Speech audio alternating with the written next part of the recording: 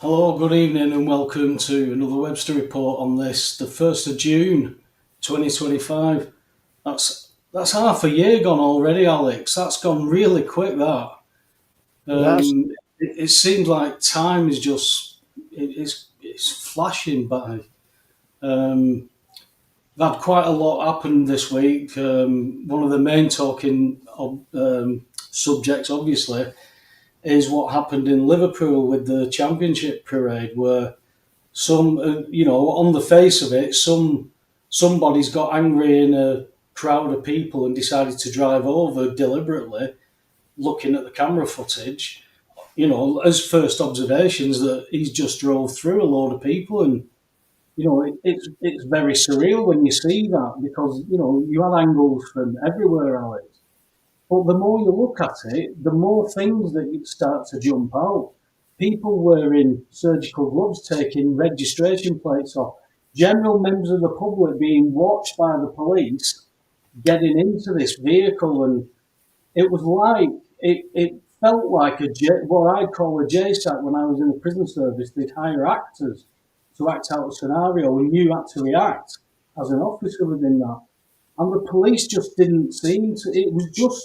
It was really strange, and it was like, oh no, Webby, are you getting your tinfoil hat on again? But everybody, from people who I wouldn't expect to see things that were a bit strange about it, they thought it was strange. And then we have an almost copycat incident in Barcelona with a car driving over fans again there. What's happening, Alex? Any insights? wow. We've talked a lot about the information overload that you get because there's literally so many events happening in the world. We often talk about pattern recognition. So with pattern recognition, you got to start with the question, well, what is a pattern? Because there's many different ways to construe the relationship between different events, different experiences that constitutes a pattern. There's not just a small number. We tend to pick out a few. So the ability to discern what the underlying is. And it's very important that we do because that's where the narrative is. Like we may suspect that there's something not quite right, but we don't know. So if we keep saying there's something not quite right or they're shoving something in our face, these are all types of lingering questions that are hanging over your head that can lead you to falsely follow Satan's trail and go, oh, what's that about that? Or is it about this? And suddenly you're in distraction territory. I think the most concrete thing we can say about it is that ever since 9/11, we've had a narrative of weaponized vehicles. You can only do planes so many times. And of course, planes, as we know, are supposed to be a very safe form of transport up there in the sky. But most people are not traveling on planes most of the time and don't collide with planes. But we have many traffic accidents on the road. So cars are a natural one to deploy as the proxy for planes. So you start off with planes. So you would expect there to be an agenda of weaponized vehicles, which would be associated with certain types of crazy. Now, of course, under 9/11, it was a portrayed enemy, an external enemy. So this is now a portrayed internal enemy, right? So there's a strong link with asylum narratives. If you remember, for a while, there was a lot of stuff happening with this kind of thing happening in London. Well, this is what's strange about it. This lad's meant to have dropped his mate off and then drove into these people. And then we've got three different pictures, three different people with one name. And straight away he's a white British, and he's local. They made a real point of telling us that he's from West Derby, he's really local. Look, he's white, he's British. It's when there's an emphasis like that in the narrative, Alex. It pricks your ears. Do you know what I mean? When they're saying the exact same thing and they're emphasising it, and then he's drove through in the it was cordoned off, but he's come through with an ambulance, and you don't see an ambulance anywhere, and you just then they change the story. And you just think about things like what happened with 7/7, where, right at the very beginning, the train that got them to the train stations that allowed them to go and do what they did, right, allegedly, that train was cancelled. So they couldn't get there in time to do all that. We just forget about that. The inquiry just it don't matter. Well, I think that's pretty pertinent to what came from that, what they did to the general public.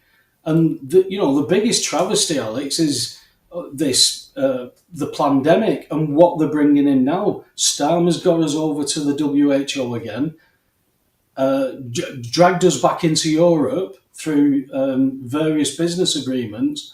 He's opened the floodgates for us to be shut down again. And now they're saying, you need to go and get your jabs because of this second thing that's coming. And they're all upset because people aren't going, Alex. I bumped into a girl who works in the chippy. She says, last day today for me. I said, oh, you're finishing? She went, no, I'm going to Cyprus tomorrow. I went, oh, make sure you got your jabs and you got your mask on. I'm not having any of that bollocks ever again, Webby. I saw what they did. I'm awake to that now. And that, that's amazing considering what it was like 4 years ago, mate. Yeah, well, yeah. Yeah, I mean, the thing is just to go back, though, to this thing with the vehicles, because I think we explore the narrative a bit further. The narrative is designed so that people will say, not safe. We're not safe. We're not safe. And why are we not safe? Because there are crazies out there. So that what that does, it plants the narrative, it reinforces the narrative that we're not safe, because you walk through a city centre, a town centre, where you'd normally be pedestrianised or whatever, and suddenly you could get knocked down. So the difficulty is then, yeah, okay, I'm vulnerable at any time, I'm not safe, and it's a crazy. And at first it can be any crazy, and it can be stereotyped as a terrorist or whatever, but it's a crazy. So once they've got that as a subtext, it's not safe out there because there are lots of crazies. Then they can start working the narrative of, yeah, it's not safe. Why is it not safe? Because of the crazies. Who are the crazies? Well, because it always reverts back to who are the crazies. And the legislation about what would describe that is going to be very vague. It's going to apply to almost everything and everyone on any level. And this is just all man-made law, because dragging us back into Europe, they're going to try and enforce all this now. People who are winning in these courts, they've got to they're in for a fight. We knew we were in for a fight when we were there. They came at us with all kinds. So they're in it to win it, Alex. They can't back down on everything. They've lost everything if they do. They just think that they can. We're all divided enough. We don't know what we're doing and what people are doing. They can defend in courts, all this kind of stuff. It's a very pivotal time. I think there is a word where we're at. It's quite pivotal with what's going on. How politics have just, the splayed wide open. How people. Everybody knows that politics is corrupt, and they're blatantly doing what they're doing. They're blatantly telling lies. Sadiq Khan dodged questions about rape gangs for an hour by just keep saying, I'm not quite sure what you mean. How can you? There's no accountability there. So what justice are we going to get in this court system? People have just got to expose it and hope that, there's enough people that can generate that energy, and with enough prayer that we can start waking people up. It's amazing the stuff that's happened this week, bumping into people so coincidentally, like you having your voice recognised by somebody in a pub, and then all of a sudden we're in a 2-hour conversation about scripture coming from another different angle. There was a lot of information. It was like machine gun type information, wasn't it? We didn't get a chance to process and talk about anything because there was such a short time. That's why it was good to have the catch up yesterday. But even those patterns, that you could just bump into anybody. We discussed this. You can just bump into people. But to have that kind of an experience And you, like you were saying, everybody's got their own patterns. You recognise something differently to when this bloke comes over and just goes, hiya, Paul, you all right? I'm going, yeah. I'm thinking, how do I know you? And then it's only when the podcast is mentioned and stuff like that. But it was it was more of an informational download rather than a to and fro. But you recognise those patterns in that. Now, you were sensitive to one aspect, and I was looking at it from a different aspect.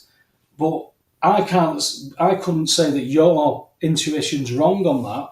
So expand on what you thought it was, because you mentioned this about the vibration and frequency of your voice picking up on that. Well, I mean that's part of something very specific, which I might get onto in a bit about my own journey. But I think if we were to put it in like a theological context, but that would relate to people in everyday life, because a lot of people believe in Jungian synchronicities.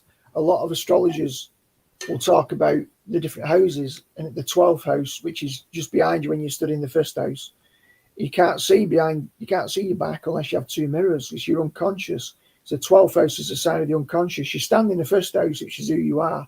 You look out to the 7th house, and Jung said the things that you don't confront within yourself will create almost like, so a lot of like critical rationalists and certain scientific thinkers, other rationalists will say, it's very woo-woo, that.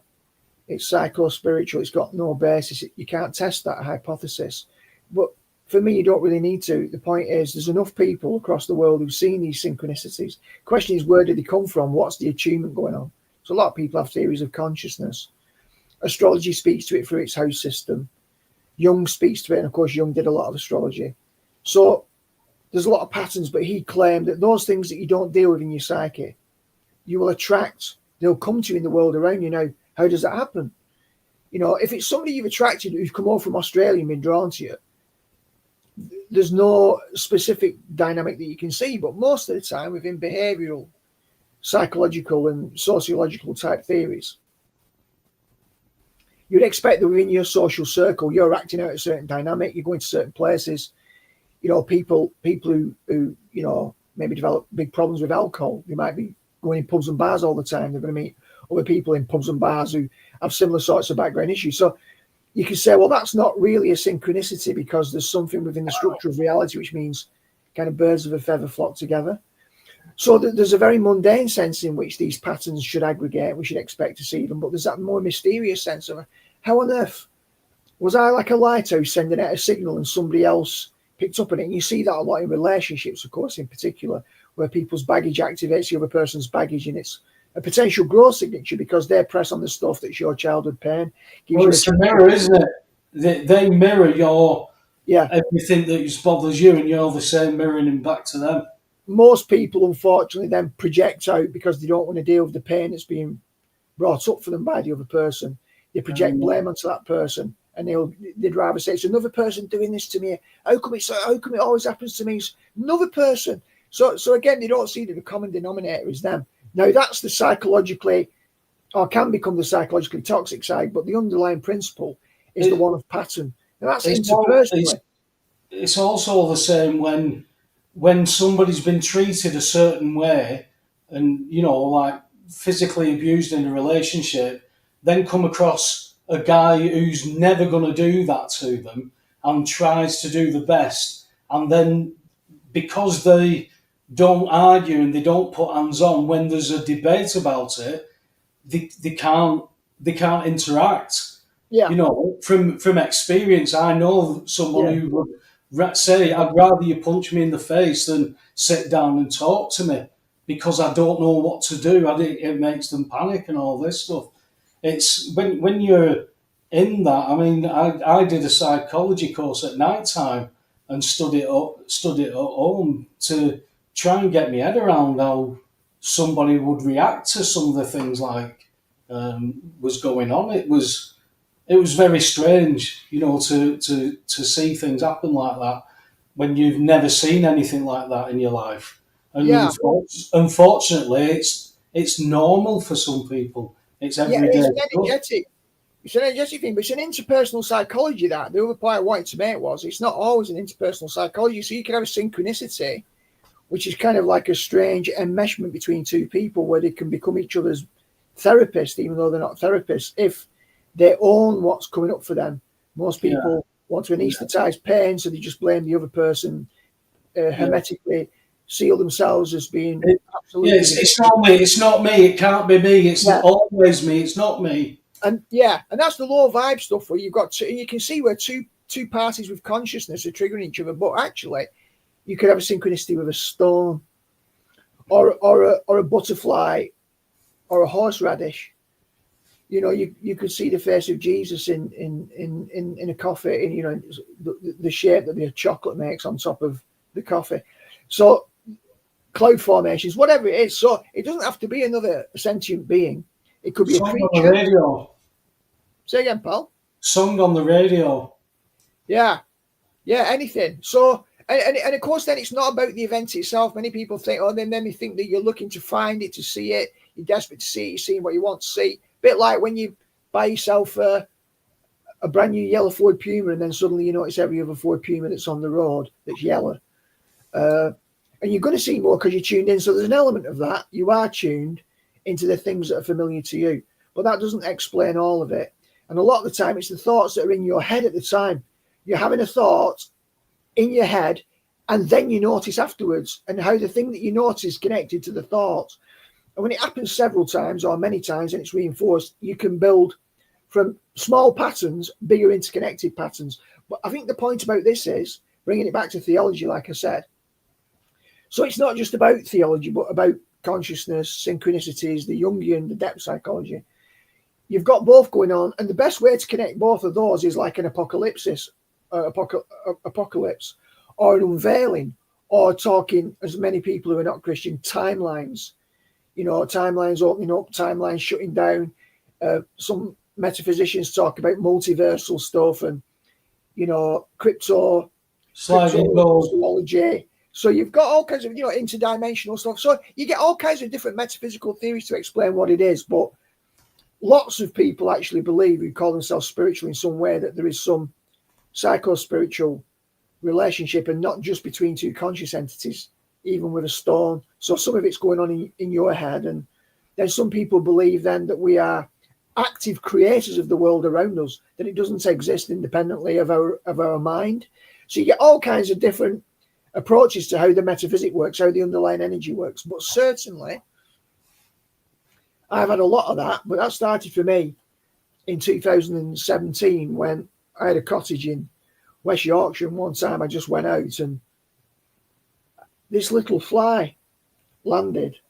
I was on a bridge at Myvenride. It was a really small fly, and there was a sky more or less split between bright sunshine and shade, and there was a blustering wind, right? And this little fly, I noticed I was leaning against this bridge, and if I just moved it a little bit because of where the sun was, the fly could sunbathe and be protected from the wind. And it was only a small movement from me, and I'm looking at this on my coat, and I'm going, there's something in this. Didn't know what it was. First time it had happened, I thought, something in this. And then I found this nurturing desire in me, because if I just moved a bit the other way, suddenly this insect was in the shade. It wasn't sunbathing, and it was getting blown by this wind as it was going to be, you know, its little wings are going like this, tiny little thing. So I started to see that I had some power over whether this little thing that wouldn't matter to most people, who wouldn't even notice it, this little thing could either have a good experience, live, or die because of what I did. And I thought, that's interesting. So I stayed there for about 20 minutes, didn't move. Then another couple of insects came and landed on me, and I'm thinking, oh, this is interesting. They're having a bit of a party. They weren't for moving. I thought you were dead, mate. Well, yeah, maybe. And then I end up walking off the bridge, along the canal, back to my cottage, and they don't fly off me. They come back all the way to my cottage. So straight away you're going, there's something, I've noticed something here. I don't even know what I'm noticing. It's not like I'd read a book and thought, oh, I'm really interested and curious about insects or animal signatures. Nothing. I just noticed this little thing, and that's the key, noticing. I became aware of something. And what did I become aware of? You could say, oh, I just became aware of a little fly or a little insect. But I became aware of the distinction between light and darkness, the ability that I had to be able to protect this with very small movements in my body. So it was I was sunbathing and protected and not being blown, or it was in the dark and being and could have. I mean, obviously, it wasn't going to die if it got blown away by a wind. But obviously, I'm looking at this. I'm a spectator and going, wow, I could be watching a football game now. But I'd rather be doing this. So that's the next thing I noticed, actually. I was curious. And then I'm thinking, how long am I going to wait here? And then doing my normal thing, I thought, I'll not impose on these insects. I'll wait here till they decide to bugger off. Because that's just the way I've been wired all my life. It's like I would probably think about an insect's comfort before my own.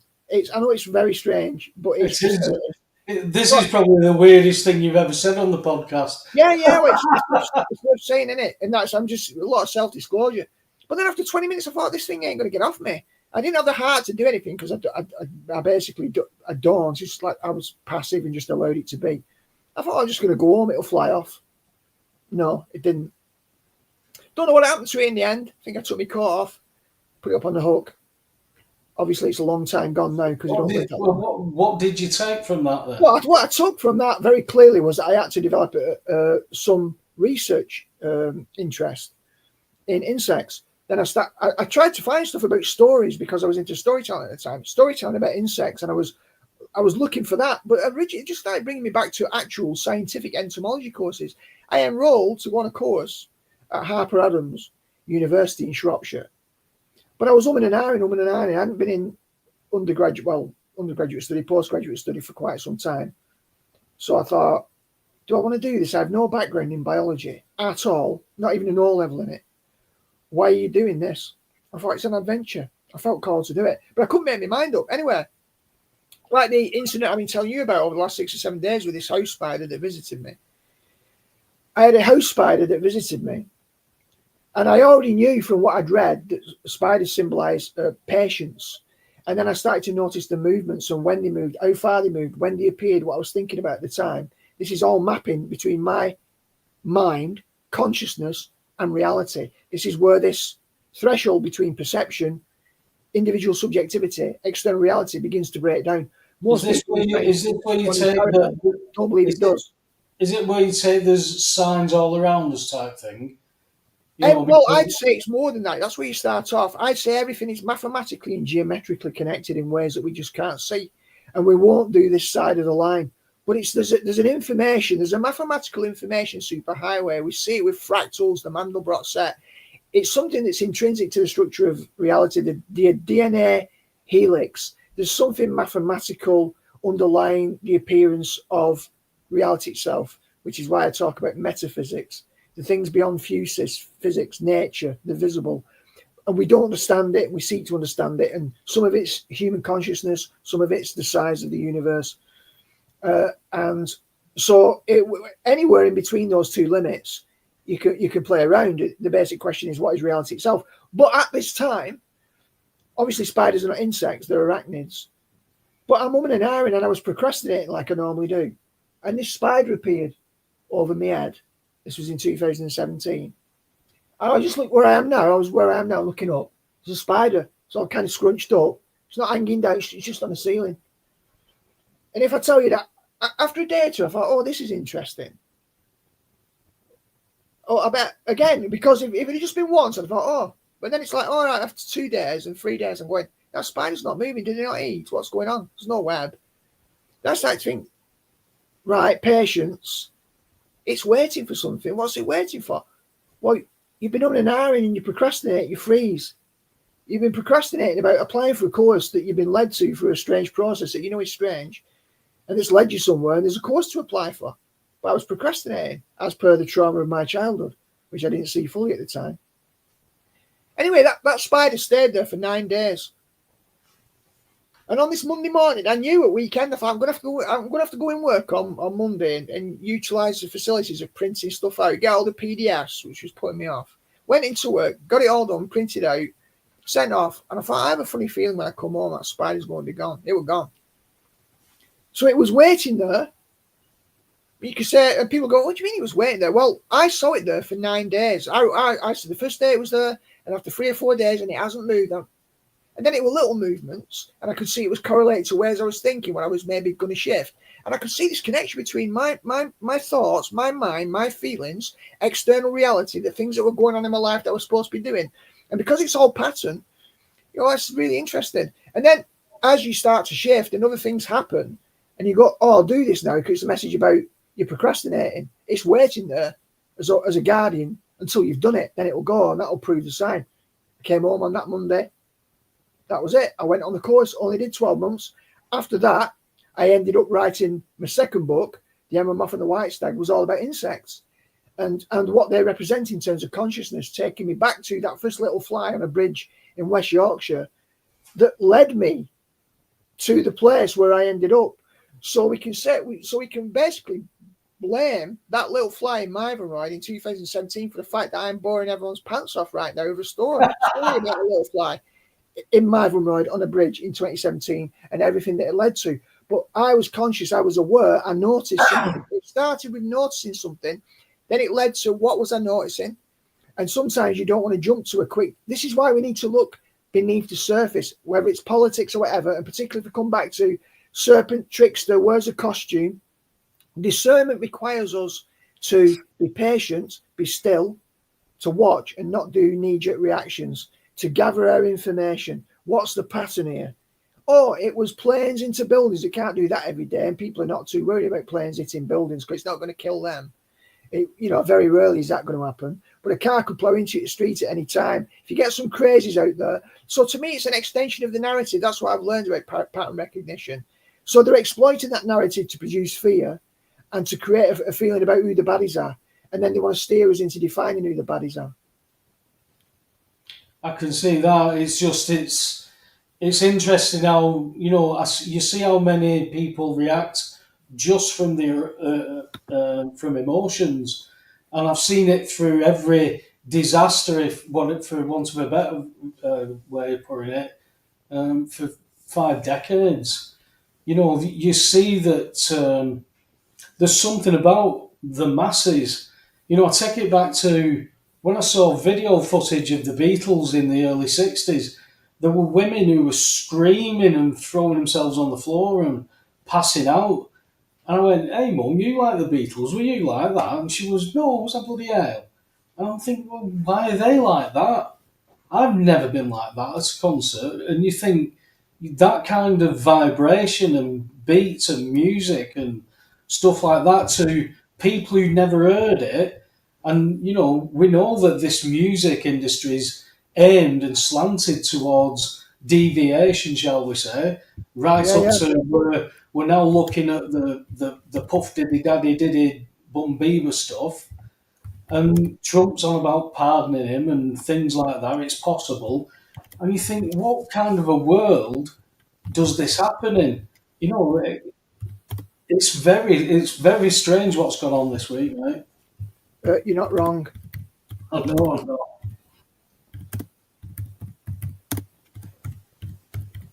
I'm just replying to a spider comment in the chat.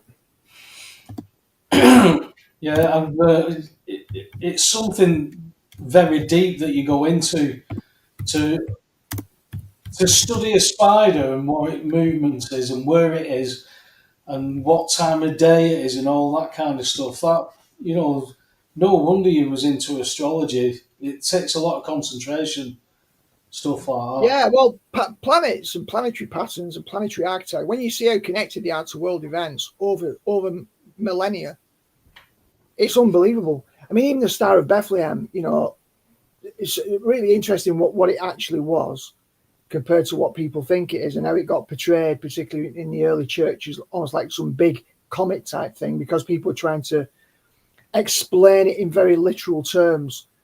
But the wise men from the east, the Magi, basically were astrologers who spotted really significant patterns in the sky using their methods. And there were several things going on at the same time that got created into a story. And that story was strongly linked to the nativity. Really, really interesting stuff. So at the time, these astrologers recognized something that was pointing to Jesus, and it just got dramatized in the way that it did. But actually, the narrative aligns completely with celestial movements. So, when you know that stuff and you study it and you dig a bit deeper, you can say, I mean, these 3 Purim eclipses that happened earlier in the year, they were very significant in terms of where the placements of the node of the moon are, which shift every 18 months. And the next shift is July 2026 into the Leo Aquarius axis. So at the moment, it's in the Virgo Pisces, and it's the south node in Virgo. So it's the Virgin of old bringing forth the north node, the sun in Pisces. So the Virgin of old brings forth the sun now, births. So it's a birthing image. So it's a metaphor of Christ. Okay, so it's therefore a harbinger of return. But in July 2026, the nodal axis shifts in the opposite direction that everything else moves. So then it's in Leo, the south node is the king of the past, the king from the past, moving into Aquarius, which is the new society, which is like a picture of the kingdom, a renewed, superior society, kingdom. So it's the king returning to improve society. So you can see that astrotheology, you can see just those 2 signatures over 3 years in a couple of nodal shifts tells a story in the sky. So when Jesus said there'd be signs in the heavens, you don't have to look very deep. It's pretty, when you know what to look for, sometimes it's just dripping off the sky, never mind the page. It's something that I've never indulged in, is astronomy and astrology. I like hearing what people's studies have come conclusions and stuff like that they've come up with. But as for a study, it's too studious for me. It's like you've got to be really into stuff like that. That's where I started off, mate, until you see the first pattern.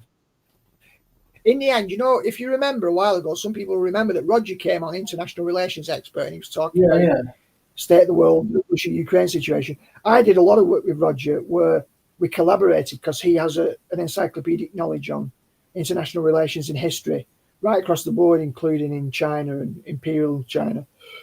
And so we were just looking at how the history.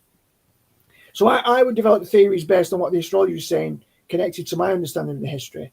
His understanding of the history was much deeper. So in conversation, we were able to refine how the astrological lens was more concretely connected with the historical progression of events and cycles between planets. And once you get into seeing the patterns, then it doesn't feel as studious, because you might go, hey, the fall of the Berlin Wall will have been interesting, won't it? You'll have rough ideas, and then you'll go and you see that it was, and the reasons why it was. 9/11 is connected to, obviously, Twin Towers, while Saturn was in Gemini. Well, that's what I was going to say. So they make their plans based on stuff like that, because I know that some kings would only commence battle at certain times. Yeah. There's such an alignment and things like that. It shows that the energies above are meaning something down here. Again, sacred geometry, energy, frequency, fractal. Just because we don't see it, we don't see infrared, we don't see ultraviolet, but we know they exist. We don't hear a dog whistle, but a dog hears it. So it's clear from our experience, just on a basic level. We don't have to get into parapsychology to see that there's something beyond the level of our regular perception, which is still real, but we don't. That's why people talk about extrasensory perception. Unfortunately, then that often gets into the whole psychic realm in such a way. I'm speaking to my dead auntie and all this malarkey. And so that's when it starts to go, what are we dealing with here? So there's clearly actors behind the scenes, but look at the number of people who don't believe in Jesus. They're not religious, but they believe in ghosts because they've had an experience of an apparition, an energy signature that's somehow still here while not being here. So it's clear there's way too much anecdotal evidence about ghosts. To be honest, there's more evidence about ghosts in reality in popular culture and folklore than there is of any religious event ever in the history of anything. Well, I know that the archaeological stuff that we've seen that's being dug up in particular now, that's related to everything through scriptures going back from to the oldest to Gilgamesh to the Babylon flood epic and all that kind of stuff. Everything points to these ley line stuff, energies on top of churches being built on top of these, and then you build a church on top of a church because that my church is better. All this kind of stuff that has been going on forever, and we're still doing it. It's exactly the same, Alex. We've not moved on anything, but you know, the, life is life.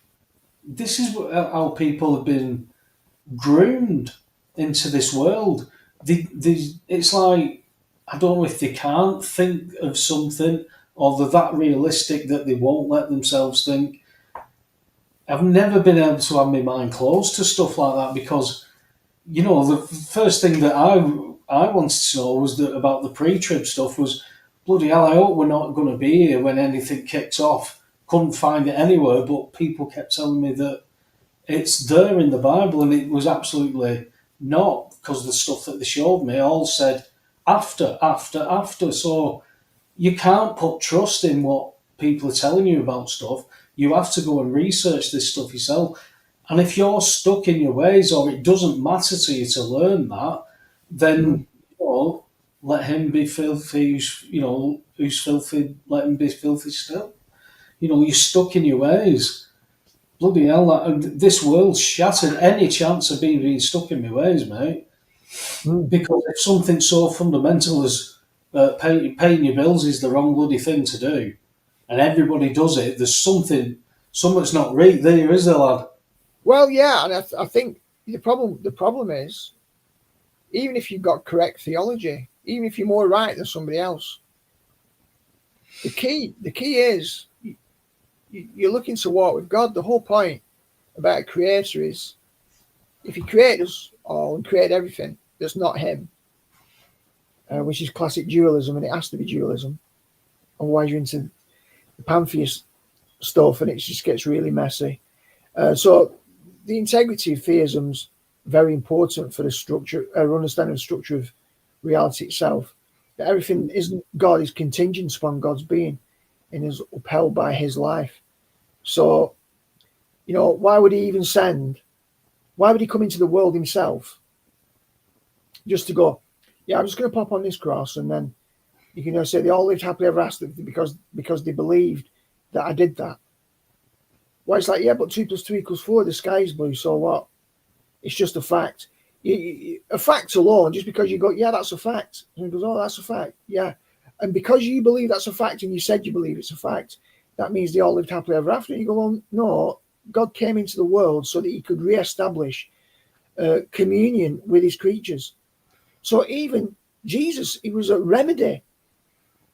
It was a remedy. It wasn't just, oh, God just thought one day, oh, but how random, I would just enter into my creation and get myself crucified just for kicks. And then so a bunch of people can believe it like a philosophical statement. And then I'll go, oh, brilliant, you believe the right thing. You passed the exam. I mean, it portrayed God as some kind of pointy-nosed, bespectacled school examiner looking down. Well, naughty child, let's do better. B-, let's get an A. Don't think so. The whole point is that there's a bigger story arc, and this God that created everything loves what he made, wants to uphold it, wants to see none of it decay. And unfortunately, the naughty humans have got into entropy, destroyed the energy, gone into rebellion, and perpetuate that rebellion, which creates these timelines. Those who are aligned, who's on the Lord's side, who isn't. It's a pretty simple decision. We were taken into hostage captivity. We entered into Stockholm syndrome with the rebel. Well, Eve and Adam did, and we've picked up the legacy. So just stop doing that and keep your nose clean and seek God. The point is to seek a relationship with your maker, because that's the claim that one's available. Oh, one's available, is it? Yeah, but do I just need to believe in Jesus and I'm safe forever and I don't have to bother with my maker? Yeah, that's fine, because God said he sent his son, just believe in him. And even if I don't bother him afterwards? Yeah, it don't matter, because he just said it here in sign on the dotted line. And many people portray the faith in that way, but the point is that whole act, that whole set of transactions where God enters into his creation, was with the end of us being able to be reconciled to God and be in relationship with God. So regardless of even doctrine is very important to provide a framework to live rightly. But you've got to be walking with God. Enoch walked with God and was not, for God took him. And he lived 365 years, which is no coincidence in the literature, because that's 365 days in a year, whole, complete. He walked with God. It was complete. Some of the other patriarchs lived for 969 years, Methuselah. So obviously at 365 he's taken. But he's taken because of his purity, because he walks his perfect walk with God. And that's the goal. Enoch is a model, really, of what discipleship should be for a Christian, not just go to church on Sunday and eat your chocolate Easter eggs at Easter. Well, is it as well being diluted with stuff like Easter and Christmas and even Halloween, as I have personal experience of seeing a Halloween altar at my friend's marriage blessing. So when you've got it diluted like that, and you've got people who absolutely don't realise what potentially is coming afterwards, if there's no forgiveness, we don't. I don't think we believe that it could be that bad. Nobody wants to believe that. Everybody wants to believe that. Oh, he's up there now. Oh, he'll be having a pint. It's Sunday evening. He'll be having. People want to believe that. I wanted to believe that. But if it's true what it says in those scriptures, and I can't find the lies in it. I can find the lies in the misinterpretations. Some of them absolutely deliberate. Some of the debates that have been going on with the JWs and the Mormons, mate, they're blindly stuck in what they believe in, completely going against what the scripture says by using another verse to deflect onto it. One JW stayed with. Kept saying, "What's his name though? Lord capitalized. What's his real name? What's his real name? See, it's Jehovah." What's that mean? If people are like that and they're saying they're Christians, are they saved when they don't believe what the scriptures actually say, Alex? What do the scriptures say about people who say they believe but they don't see what it's not there what they see? I don't know what to say about it. Yeah, well, the thing about the Tetragrammaton is, okay, so the Jews point all the consonants, so you don't have to say the vowel, so you can't say the sacred name. That's part of the apophatic tradition. God can't be defined, and God says, "I am." In other words, but then he says, "But I am. I do have a name. I didn't make it known to you before, this covenant name of YHWH, Yahweh, which is the basis for Yeshua." So he's a God who intervenes. See, when he was I am, he was promising, as I am, the actually existing God who exists outside every human construct, outside every human imagination, had already said he's going to set his people free, as I am, who was known to the fathers Abraham, Isaac, and Jacob from the past. But I didn't make myself known to them by the name Yahweh. Yahweh, the root for Yeshua. Moses didn't deliver the people. Joshua does into the promised land. His savior, Yahweh, God, the God who is, doesn't just exist as a perfect concept outside. He's outside of time and history and space, but he enters in to rescue. That's why he's Yahweh, Yeshua, and that's why he incarnates. If you like, Jesus is the vowels and the Father is the consonants. You can view it that way. And when they come together, it's the full salvation. In YHWH, he's just the outline. He's just the structure. And then he incarnates and comes in. And he's the saving God who intervenes to redeem his creation. And it's the only way that the scripture works, because it's got to be a sinless human sacrifice. We've all got mums and dads. This was a different type of birth. So this was like a new man coming in that was sinless, but was going to be as tempted as us because he was a man, but he was fully God at the same time. People either struggle with that, which you should be able to talk about, or some of them, I think, Alex, want to argue purposely to win an argument. I've seen it a lot with Muslim apologists. They want to win an argument rather than actually understand that if the Quran is false, like because our scriptures are corrupt, the Quran says they're good, so that means the Quran's corrupt anyway. If you're preaching that to win an argument is one thing, but if you're not interested in what happens or you don't believe, then you're not following even your own religion. You Yeah. know, and it's interesting when you were talking about filters. The people like the Book of Mormon is a filter for the Bible. You know, the scriptures. They say, "Oh yeah, the script." They quote your scriptures and stuff like that, but they miss the absolute whole concept of what Jesus did, who he was. They miss all that concept of it. And if you take that, you talk about the donut, don't you, with Jesus not being there? They've got everything, but Jesus isn't there. You know, this is where did I not do this in your name, Lord? Yeah. You know, how many times there? Hi there. Do you want to get to know Jesus Christ? Here, have the Book of Mormon. Yeah. They're completely Exactly. going against the scripture. It's not my opinion. It's not my opinion. If the scripture says what it says, let it be. You know, Well, don't twist it. Go on. it works on the level of doctrine, specifically teaching doctrine. It works on the level of allegory, which I just gave an allegory between Yahweh, Jesus, Joshua, Moses, the law. So that's an allegory. It's typological. So you have certain types of character, like basically Elijah is a type of Moses, John the Baptist is a type of Elijah, therefore John the Baptist is a type of Moses, of an old-style prophet. So you get the typological element, but you also get the numerological and pattern-based. So when God says, I am that I am, that's Exodus 3, 14 and 15, which is 3.1415, and pi is 3.14159 recurring, which can never be solved. And it's the 9 that comes after the 1415, which is the ever recurring number.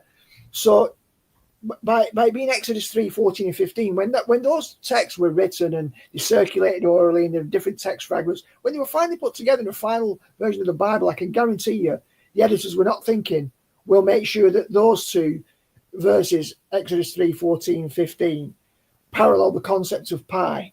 But they're in there. What hand brought that about on that level where the patterns resonate? And the very two verses that talk about a God who can't be defined is 3, 14, 15, 3.1415. So everything is a mathematical expression on whether it's literal truth, doctrinal truth, allegory, typology, pattern, numerological, code. It works on all those levels.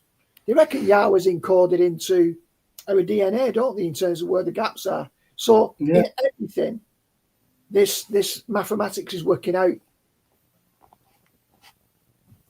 Yeah, I get that.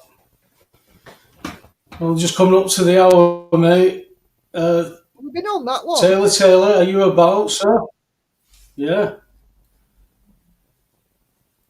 I can see the top of his head. I'll just, we were talking about, Keir Starmer now being, us passing over to the WHO and things like that. Look at this. We've had fires all over the US at the same time. Largest egg producer in Southwest loses 95% of chickens to bird flu.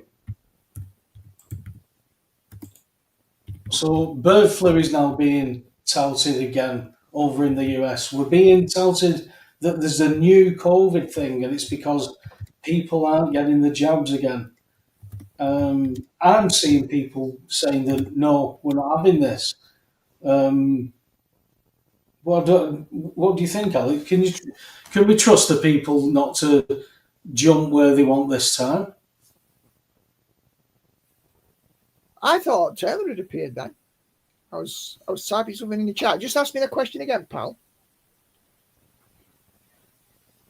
No, I've lost track because I was reading what you was writing there. I don't know if Taylor's about. What was the topic? He's here.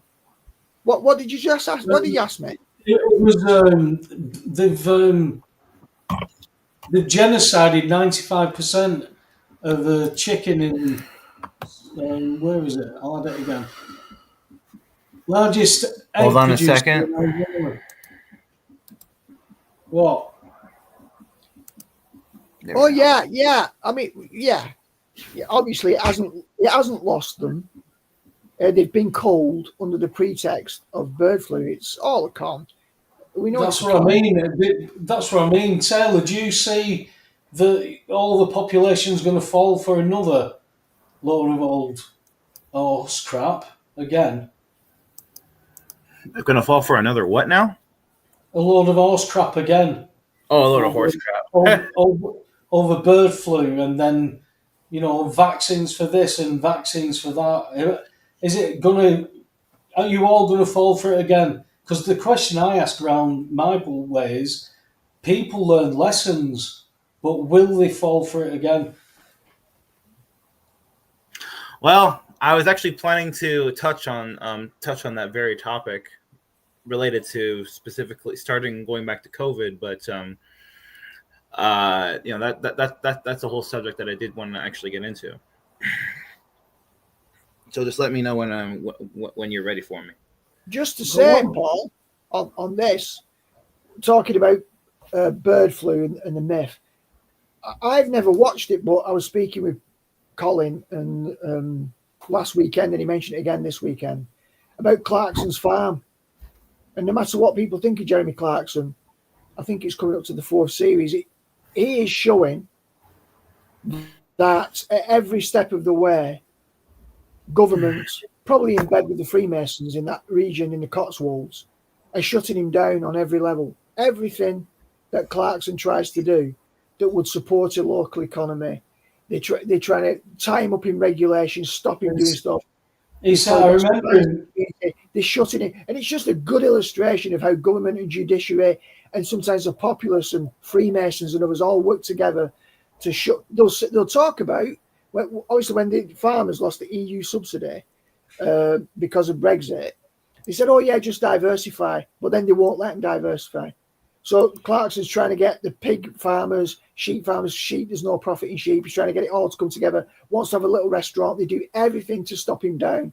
Because obviously, if he sells his cow to a farm for 80 quid, and he can make hundreds of steaks for his restaurant out of that one cow, he's obviously a lot better off having an abattoir operation on his own farm and selling his own beef.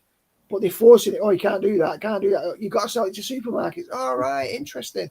So everything's been funneled down the paths that they want, and Clarkson's exposing that. So I think bird flu, yeah, it's part of an agenda to reel us in, but it's also part of an agenda to destroy farming, make us dependent on imports, and then obviously they can mess about with the food, put all kinds of crap in it because the regulations are not under our own control. So I think it serves a purpose on many, many different levels, not simply to prepare people for compliance to being vaccinated, but to accept all kinds of legislative stuff about the food chain, food standards, other health and safety nonsense, which is shutting down businesses and shutting down decent people. It's like I said, mate, I hope that people have really learned some lessons from it, because people I know who did have them, people who 18 months ago said, oh, it's not bothered them, and now not in a good place, not in a good way at all. Yet I do know people who had loads of jabs and it hasn't bothered them. So it's personally, you could go from one extreme to the other there, but the general people that I know who's had them have not been well, is the best way of putting it. They get colds like that, and it affects them a lot worse than it normally does. 3 lots of antibiotics, and 3 lots of antibiotics isn't good for you either yet. The doctors are just writing that it's like everything about every part of the system, from the judiciary to the NHS to prison service, to police, to ambulance, to all, fire, all these services, they're all running backwards and Yeah, trying to offer the best service. And I know people who put their lives on the line every day into work, but when the pressures are coming in unnecessarily so, another prison officer injured again this week. This is like getting worse and worse, and it's down to management from the very top yeah, down. yeah. Well, Go on, mate. they've got the thing about it is, I was just going to say as well. Since they cracked the human genome in the year 2000, they've understood the capacity for targeted warfare without collateral damage. Because if you set a nuke off, you wipe out everything and potentially a whole hemisphere over time. Like, no matter, some people think Chernobyl didn't happen, some people think Fukushima didn't happen. Well, apart from people arguing about Santa Claus, let's just say that did happen, and nuclear was nuclear, and certain other forms of conventional warfare. We know Hiroshima happened. It's not certainly very the threat of it.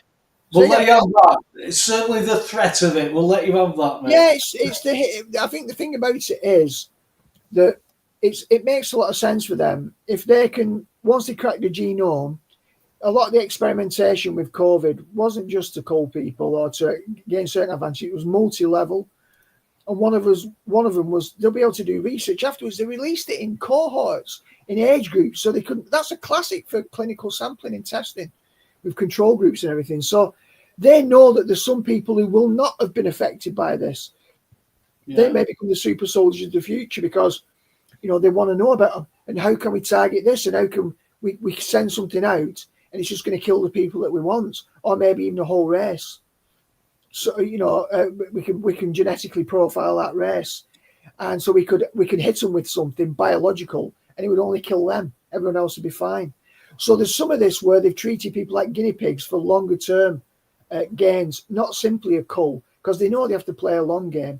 Humans are resilient and adaptable. They probably wouldn't have been able to take out 7 billion with one vaccine rollout. They probably have to be, maybe looking at a couple of 100 million, which is a good start for them.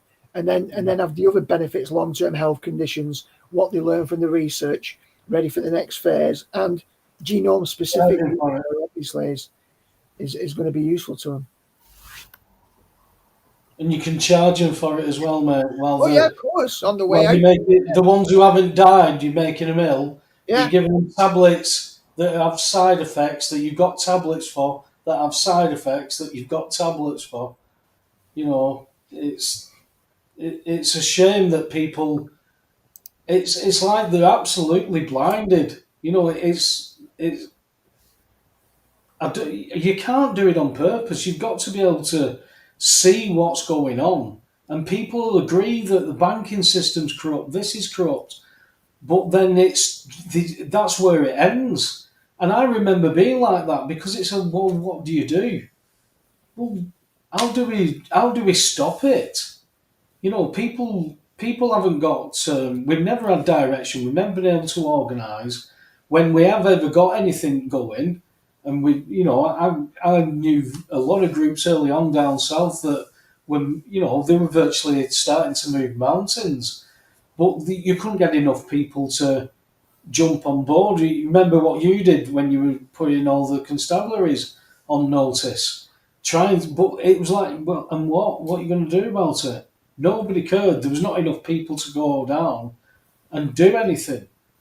And then if you're protesting, you're still playing part of the game because of course you can protest, you can stamp your feet all you like, but it's still coming in.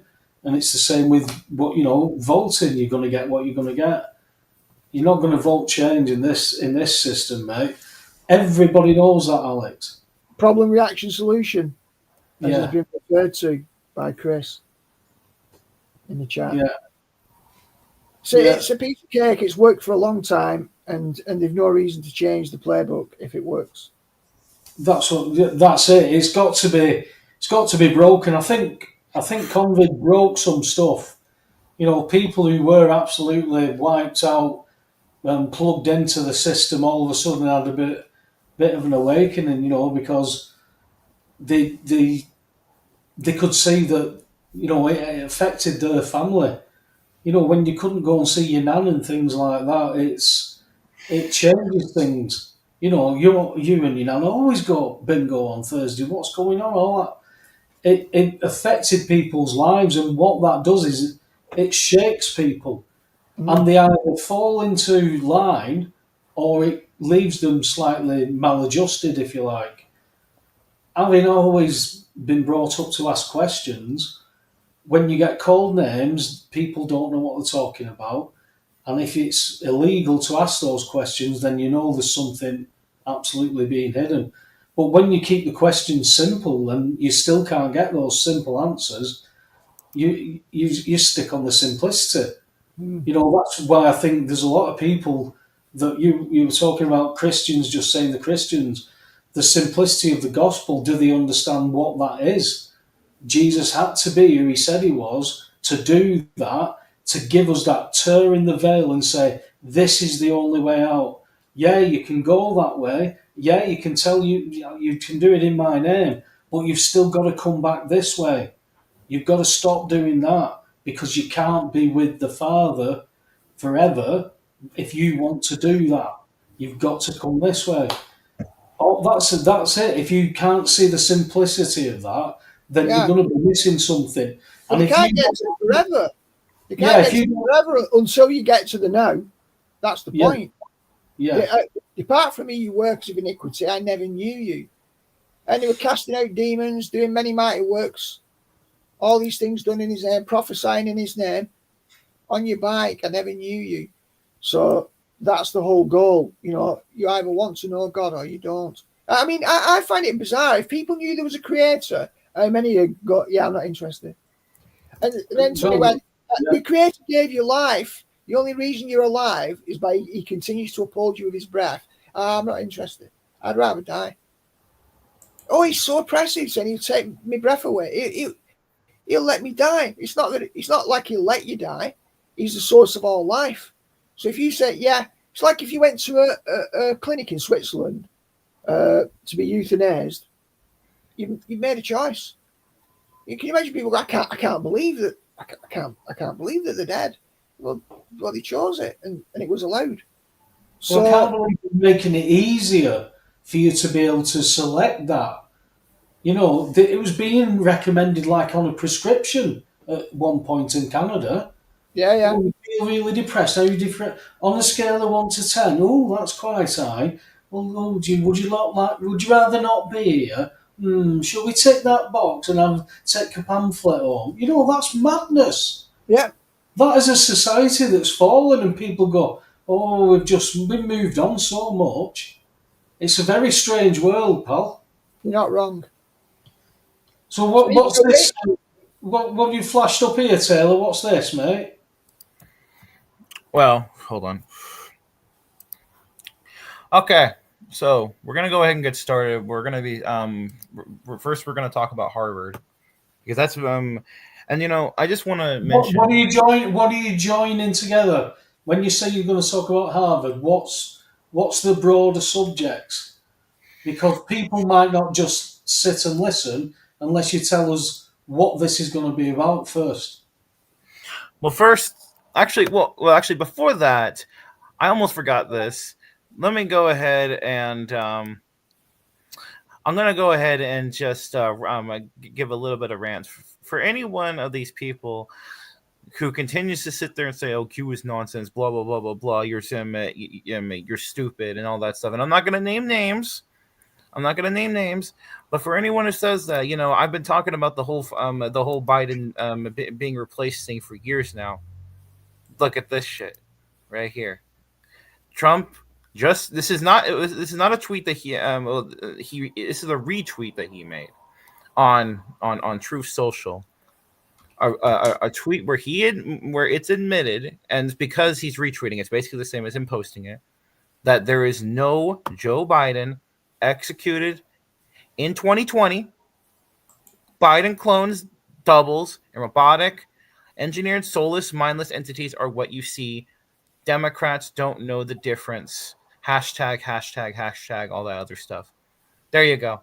Trump literally just admitted for the whole world to see that that Biden was executed years ago, back in 2020, and he was replaced by a stumbling, mumbling fool who was meant to play the actor of Biden, so that way, that's in order to kill the in order to pass the agenda for the Democrats, and then essentially kill the Democrat Party, and on top of that, be able to basically do the old classic: you can't tell people, you have to show them, sort of thing. You give them all the worst policies. You put them through the ringer, kind of like what you guys are going through in the UK right now under Keir Starmer. And so there you go. I don't know how you can get more proof than that. That what's he been doing then all this time? If he's known that, why did he let Biden or that Biden be president for 4 years? Why is he playing that game? What's he playing that game for? Because you had to be. It's like I just said. You have to be able to pass the controversial stuff where he himself won't be targeted for it. Because otherwise, if he was passing stuff like getting out of the WHO, or for example, clamping down on the Ukraine or whatever during that time before people were more awake, people would say that it would point to Trump and say that he's just attacking his political enemies and all the typical nonsense. But if you do it under the phase of a Democrat, the mainstream media won't say shit about it. Not to mention, also, again, this was to kill the Democrat Party, the party that the party that has been infiltrated and used by the deep state in order to be able to exact their agenda upon the American public, and it's been that way for several decades. And Q said the Democrat Party will cease to exist. So the whole thing, this was all a sting operation. Have you ever heard of the movie Weekend at Bernie's? Weekend at Bernie's? Yes. Yeah. That's exactly what this was. It's exactly what it was. And also, another person that falls into that category is a little known figure. I'm sure you've heard of him, called Stephen Hawking. Mr. I'm an atheist. That whole thing. Yeah, that's another Weekend at Bernie's guy.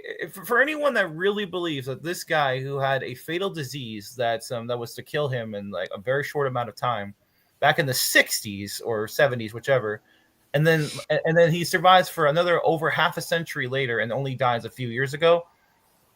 Come on now. Well, I found it very interesting because back in the early 1980s, he actually had a fella who used to sit next to him as his interpreter. And there's a video of him where he makes all these noises of like gurgling sounds, like that. And this fella's looking at him and he just goes, yes, well, back in the early 60s or whatever. And he just tells this story as he's interpreted it. And when you look back and you think, how have they got away with that? People just took that as, people wouldn't lie about stuff like that. It's almost like it was an experiment when you look back on things. So go on then. Now you've made your point that Biden's been killed a long time ago, but we've watched this play out, and yes. I still can't help but think that everybody's laughing at people here. Do you not think that, Alex? They're laughing at who? They're all laughing. The general population, they're all playing, oh, no, it is. Yes, it is. No, it isn't. They're all playing the part. And like Taylor was pointing out, it's blatantly obvious that they're playing a part. He knew that Joe Biden isn't Joe Biden. And yet the American population didn't think that, obviously. It's sad that we've all been groomed into this. And the fact that Taylor can put that up like that shows that somebody's laughing at somebody. I should also point out as well that this comes on the heel of all the controversy recently regarding the AutoPen scandal. where even the mainstream media at this point, or at least sections of it, maybe not the more Marxist of them, but you got portions of even the mainstream media and people like Joe Rogan and them admitting that if Biden was not the one in charge. They don't say that he was dead. They just go off of the whole senile angle, saying that he was a senile man, and that's Jill Biden and Obama were the ones who were really running the administration, which is only halfway true. In that Joe Biden was not running the show, but it wasn't Obama or Jill or his wife either. And but the point is that it's not really particularly important for the people to know that Biden was swapped out with a clone, with a body double. And some people speculate it was Jim Carrey playing him, and several other actors, but that's besides the point. The point isn't that people need to know about the Q operation, the general public. The point is that they need to be woken up to the corruption and this pure stupidity that the ruling class has been usurping upon them for decades. And this goes to show again how the mainstream media continues to you have CNN and MSNBC, how the whole time during the quote unquote Biden years, how they were constantly defending him and saying that he was in the best shape he's ever been. There's countless clips of that. I'm sure you've seen them. And saying that he's fit to run for office, and saying that we only recently discovered that he was senile and that he wasn't fit to be president, which we know is absolute nonsense because people have been saying that since 2021, or if not before. And so this is another play on the mainstream media killing itself. As I've mentioned before, the White Hats have seized control of the left as well. So they've given the media the shovel to bury themselves with, and the Democrat Party, whose approval rating is now in the 20s, just like the ratings for CNN and MSNBC and all these other formerly far left networks. And this goes in to the whole plan, where every single story that comes out has about 9 different angles that you can look at it at. This relates back to COVID as well. And now that I've shown this, I'm going to go ahead and move on to the next story, which is about Harvard. And this is going to be, and to answer your question you asked before, this is going to be linking to not only to COVID, but also to the international trafficking ring of bringing in huge numbers of migrants in order to replace the white man in industries in the Western world. So let's go ahead and just take a look at this. So regular readers of the New York Times should all know by now that Trump's war on deep state quackademia is being executed under the protective cover of anti-Semitism. Which, by the way, let me just add in this: it's a brilliant maneuver because, again, he's seen as the hero of the Jewish people. So if he attacks these Marxist universities under the pretense of they're anti-Semitic, then he can get away with whatever he wants because nobody can question him because he's protecting Jews, he's fighting anti-Semitism and all that.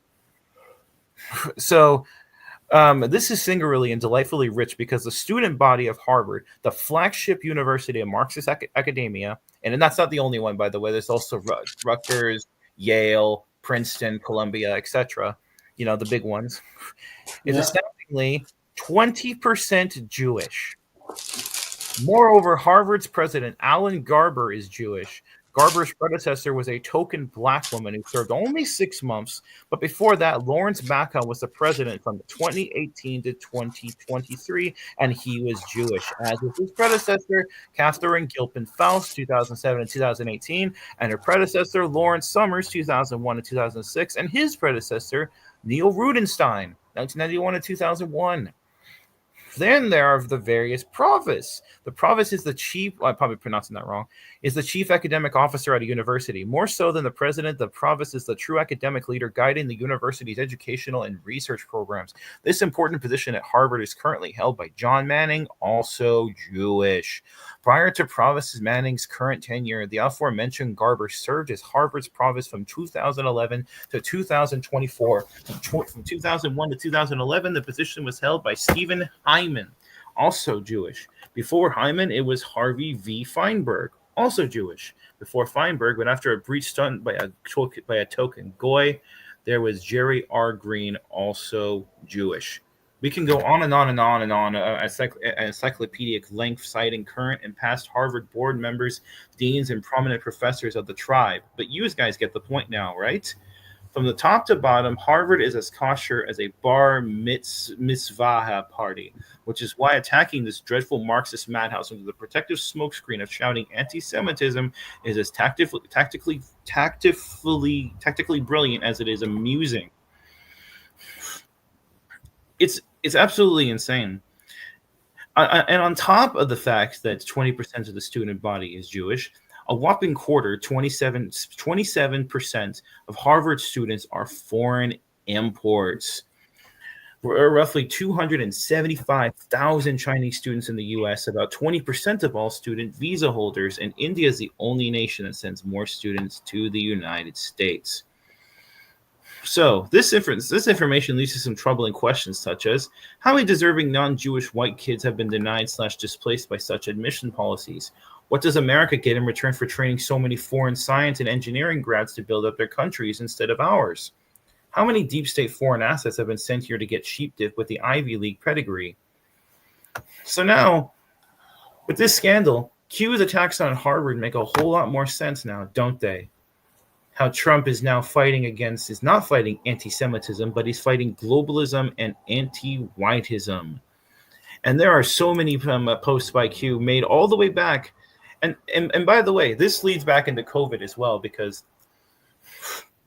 and I'll get to that in a second, but I will mention the fact that Q was talking about Harvard 6 years ago, 5 and 6 years ago. Here's several posts by Q talking about, also linking Obama, who was just name dropped in the Diddy trial about how his face was being used as the I believe for Diddy's pills or whatever. Which, whether that story is true or not, isn't important. It's the conversation that it creates from all the controversy. So let's go ahead and read this one right here. Who wields significant influence? Read the Hussein Democrat Party, aka Obama. Different factions of foreign primary control. Who paid Hussein's Harvard law degree? Who financed Obama's political life? Who is Prince Al-Walid bin Talal? Why are Obama's school records under seal? And then it goes on. So Harvard has been in the crosshairs for years now, and the fact that it's coming up recently shows that these people have been knowing about this for years now, but needed to wait till the right time in order to start their overt attack against it. Which, let's be honest here, most of this has already been done behind the scenes, because if you want to roll out something that would realistically take years to accomplish, and we don't have that much time, all this stuff had to have been done ahead of time. Now let's go ahead and get to the links with COVID.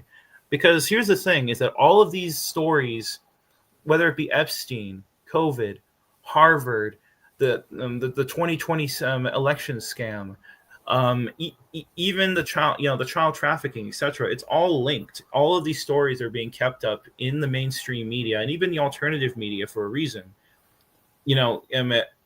Just as if you have a marketing degree, you understand that repetition breeds interest. Which is why, as I've mentioned before the show, if you keep showing a movie trailer over and over, it gets more people interested rather than if you just sent out a movie without typing it up at all. And the same thing goes for, let's say, you talked about you talked about the Diddy thing. It's interesting because Trump seems to be pardoning a lot of these people. And what could the reason be? Well, the reason is simply this: create controversy. Controversy breeds discussion, breeds conversation. But anyway, linking this to COVID. Let's see here. Q post 3896, the China virus. This was posted before COVID, by the way. A few weeks before. Right. The China virus. Oh, not the Q post, but this article right here, which I'll read a little bit of it. So this is a post by Q on March 23rd, 2020. This was what, a month after, about a month or a little bit more than a month after the scamdemic started. The China virus, worth remembering, and there's a YouTube link. Wuhan Institute of Virology geolocation biosafety lab. Unbeknownst to Harvard University, beginning in 2011, Lieber became a strategic scientist at Wuhan University of Technology, WUT, in China, and was a contractual participant in China's Thousand Talents Plan from in or about 2012 to 2017. And who is that? Well, Harvard University professor and 2 Chinese nationals charged in 3 separate China-related cases. And if you look at that date, this was about a few weeks before the scamdemic started in January. The Department of Justice announced today that the chair of Harvard University Chemistry and Chemical Biology and 2 Chinese nationals have been charged in connection with aiding the People's Republic of China.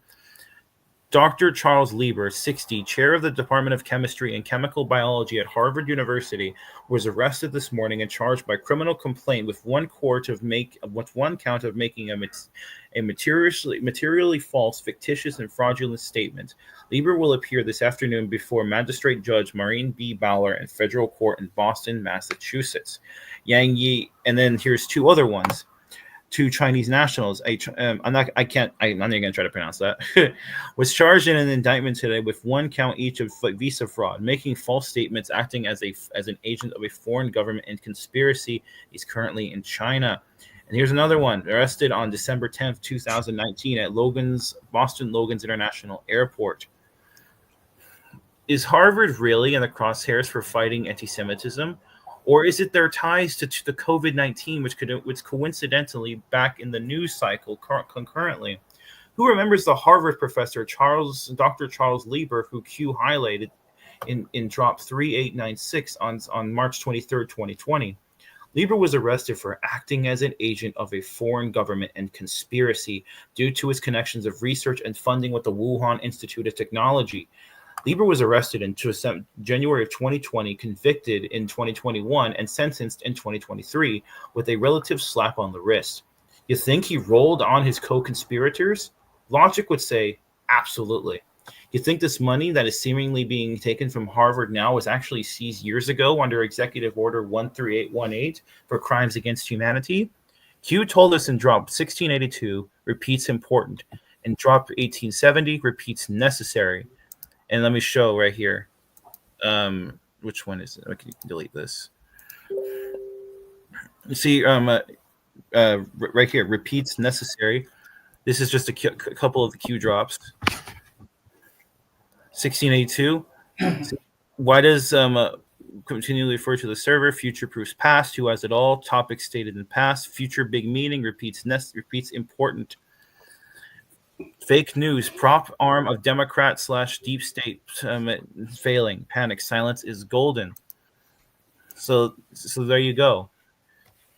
And the public is being presented with facts at a rate in which the mass consciousness can accept it. Meanwhile, anons are well aware that there is much more happening behind the scenes.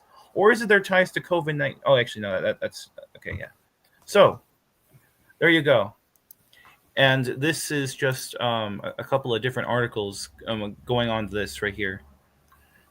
This was going off of Charles Lieber's, how he's connected to China, the Wuhan lab, the infamous Wuhan lab. So it looks like that they're trying to tie in the COVID. That they're trying to go back to the angle of the COVID thing coming out of the Wuhan lab, which personally, if you ask me, I believe that the deep state did have a very dangerous and very deadly pathogen or some kind of disease hidden, ready to go, but was swapped out by the white hats at the last second. And this goes back to another post right here. What advantages might exist when you know the other side's playbook? This was posted on November 15th, 2019, just a few months before COVID started. And even before the bodies started dropping down in China. So, talking a lot. Okay, so this is just another future-proof past thing. How Q highlighted Harvard's connection to COVID years ago, as well, and this goes also into the Epstein case as well, because who was also friends with Epstein? The same professors at Harvard and Columbia who just so happened to have been pushing the COVID psyop onto the public. So as you can see, all of these stories are all interconnected. Because even 2020, because the 2020 fraudulent election was caused directly because of the COVID scamdemic with the mail-in ballots. So I know I've talked a lot. Does all I'm saying make sense? Do you have any thoughts on any of it? Well, the thing is, you keep joining dots that people who you are also like Trump you're saying that they're aware of all this stuff that's going on, and they're still playing the part by Operation Warp Speed and things like that. So is there nothing in that? Is there no alarm bells for you with that? No, because this comes because okay, we need to put things into perspective when it comes to, let's say, Operation Warp Speed. So let's say let's go back to 2020. The deep state was at near full power. And by the way, a lot of people don't seem to forget about this, but Trump back in the beginning said that said the whole thing was a hoax, that it was basically just the flu, and that if you just eat healthy and do regular healthy things, you'll be just fine. And then the mainstream media absolutely destroyed him for it. And back then it was impossible to get through to the public. It's like, why at that point, why waste your political manpower trying to pointlessly convince the public of something that that they're not going to believe, because all of academia and the media are against you. And at the end of the day, that's the most powerful weapon is the media. No one's going to believe a president who just says some outrageous stuff like it's take ivermectin, which he said, by the way, take ivermectin, hydroxychloroquine, etc. Also got destroyed for that. And then also, interestingly, near the beginning, and this goes back to what I was saying about the virus being swapped out by basically a nothing burger, and then Nancy Pelosi, Andrew Cuomo, and all these other deep state scoundrels were all basically telling Trump that, okay, so actually, let me say this first. Trump at first said that we need to stop people coming in from China. Meanwhile, Pelosi and all them were basically telling him, no, we need to open the doors. We need to let all these China people in, which tells me that they themselves believe that this whole thing was real, and that they didn't know that it was a swapped out nothing burger, because they were desperate to get Chinese people to come in and basically go into the nursing homes and kill off the elderly. But directly to answer your question about the warp speed and all that, at some point, as I said, why waste your political capital pointlessly trying to do something that's impossible? So the only thing you can really do is roll with it and do everything you can in order to minimize the damage as much as possible. Because if we, and people like to talk about warp speed. People always just go on and on about warp speed, saying warp speed did blah blah blah blah blah. People don't understand that warp speed actually saved us from what the deep state was actually planning. And they were talking about this. Hang on. Whichever way you go, then, whether it was for what you just said or not, the factor is that untested, virtually vaccine was promoted at warp speed level, and it was okayed by the man who you're saying is going to be the saviour. And you're saying it's because of collateral damage, or you seem to be implying that. There's got to be a certain amount of collateral damage, but the people who it's being damaged to don't know this is going on, and they're actually voting for this man. And you're saying that all these actors are in place, so that means that all the American people and us are all being fooled. How does that keep going? How does it not break? How's the spell not broken? Well, let me add something as well before that gets answered. So Hunter Biden is one of 4 siblings now. I mean, obviously Joe lost a daughter in a car crash with his first wife in 1972, but he's got his wife, Jill, and he's got the 4 kids. Now, if he'd been replaced, I'm interested in the knock-on effect that it has for the rest of his family. Like Hunter doesn't say anything, the rest of the kids don't say anything, and then the people who know them. Bloody hell. And the and the inside, that was Joe Biden. It's like the inside. Well, I saw Joe on the phone. I thought I've not spoken to him for ages. I spoke to him even less than Trump has. But but it's like, what's going on with covering out? Because I think that's a question that lots of people ask. When we've got a theory that, like, say, somebody was wearing a mask, somebody was replaced, you can buy it at that level. But when you start looking at the knock-on effects that have to be managed for the fact that that person, everybody who knows that Joe that got bumped off, know that this guy's turned away with Jim Carrey in a Joe mask. He's not going to start, climb on top of Jill, start, giving it some, is he? So there's going to be certain implications at various points where it breaks down, right? So to try and sustain it at that level with so many loose ends, how does that work in your theory then? So, well, first off, it's not. I personally doubt that the Q operation will ever truly become public knowledge unless it's like decades from now, where it doesn't really, where everything's all said and done. Kind of like, the 9/11 stuff, how they're willing to let, kind of like any deep state events, how they're willing to just let things go and become public back after enough time's passed and nobody cares anymore. Like, say, with Korea, when Eisenhower, when it was revealed back in the 90s, and CNN covered this, that he left thousands of POWs back in North Korea after the Korean War. But at that point, nobody gave a damn. Same thing with Vietnam, et cetera, et cetera. The thing is that it's not important for people to know about the Q operation. What is important is the effect that it's having. And, again, this is a war. This is 5th generation warfare. We've been in World War III. People are conditioned to believe that the greatest thing and the most important thing in warfare is your guns and your kinetic warfare, guns, tanks, etc. That's not true. What's actually the greatest weapon is information. And that's what the mainstream media has always been used for. And, this goes back in history. Whenever these Khazarian fucks, pardon my language, whenever they enter a country because they've been kicked out of another one for being quote unquote anti-Semitic, what's the first thing they always go for? The press and the banking system. And this, you can see it all throughout history. But anyway, so that leads into the fact that we'll have to go back to normalcy eventually. I don't even think Congress is in session and hasn't been in session since January 6th. When Trump initiated the Insurrection Act.